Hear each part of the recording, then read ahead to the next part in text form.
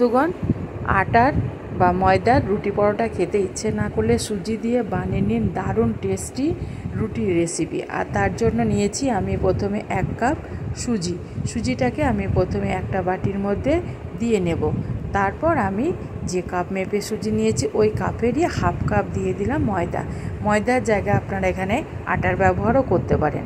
আর দিয়ে দিলাম স্বাদ মতো লবণটা দেওয়ার পর আমি যে কাপ মেপে সুজি নিয়েছি ওই কাপ মেপে দিয়ে দিলাম কুসুম গরম 1 কাপ জলটা দেওয়ার পর আমি চামচ দিয়ে ভালো করে সুজি আর ময়দাটাকে ভালো করে মিশিয়ে নেব।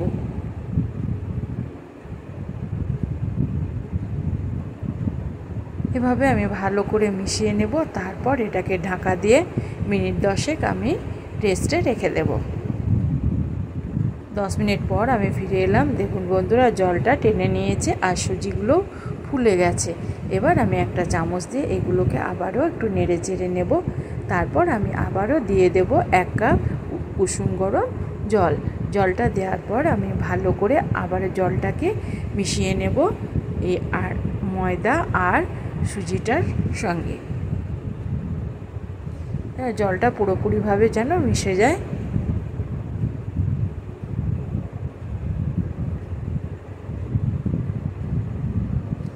সম্পূর্ণভাবে এটা মিশে যাওয়ার পর আমি এটাকে একটা গ্রাইন্ডার জারের মধ্যে নিয়ে নেব।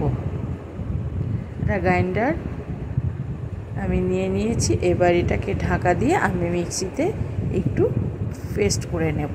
দেখুন বন্ধুরা, আমার পেস্টটা হয়ে গেছে। এভাবে আমি একটা পেস্ট বানিয়ে নিলাম।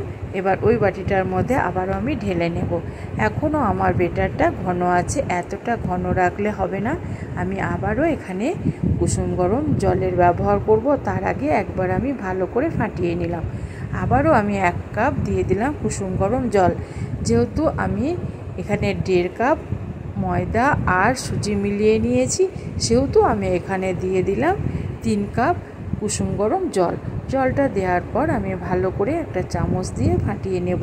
আর দেখুন বন্ধুরা, পুরোপুরিভাবে চামচের গা থেকে ঝরে যাচ্ছে না, একটু লেগে থাকছে।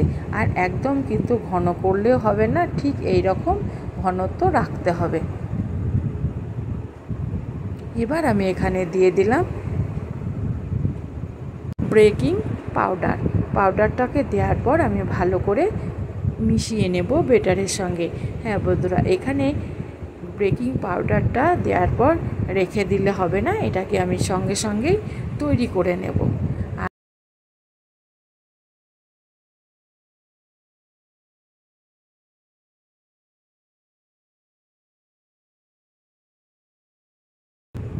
দেখুন ফেনা ফেনা ভাব হচ্ছে।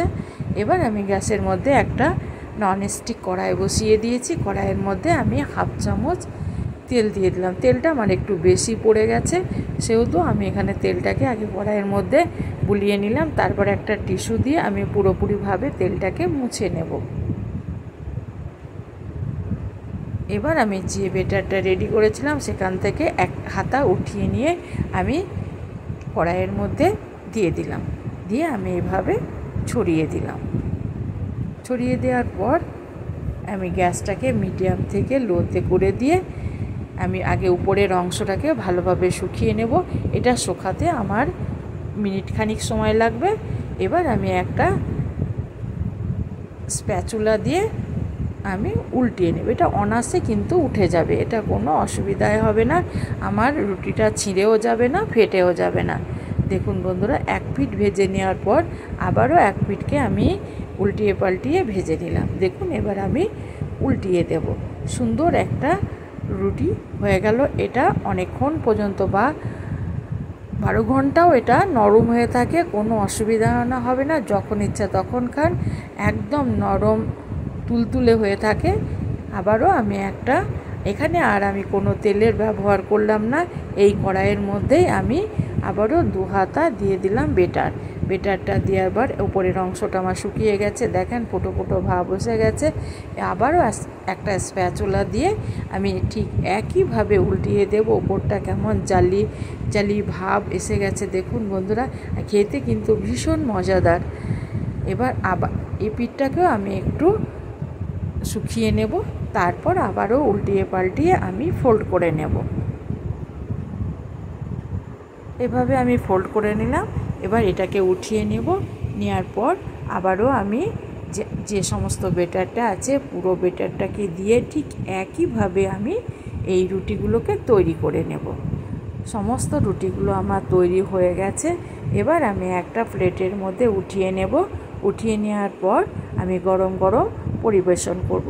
হ্যাঁ বন্ধুরা, যদি আমার ভিডিওটা ভালো লেগে থাকে তবে অবশ্যই একটা লাইক করবেন আর সাবস্ক্রাইব করে আমার চ্যানেলটির পাশে থাকবেন। Thank you.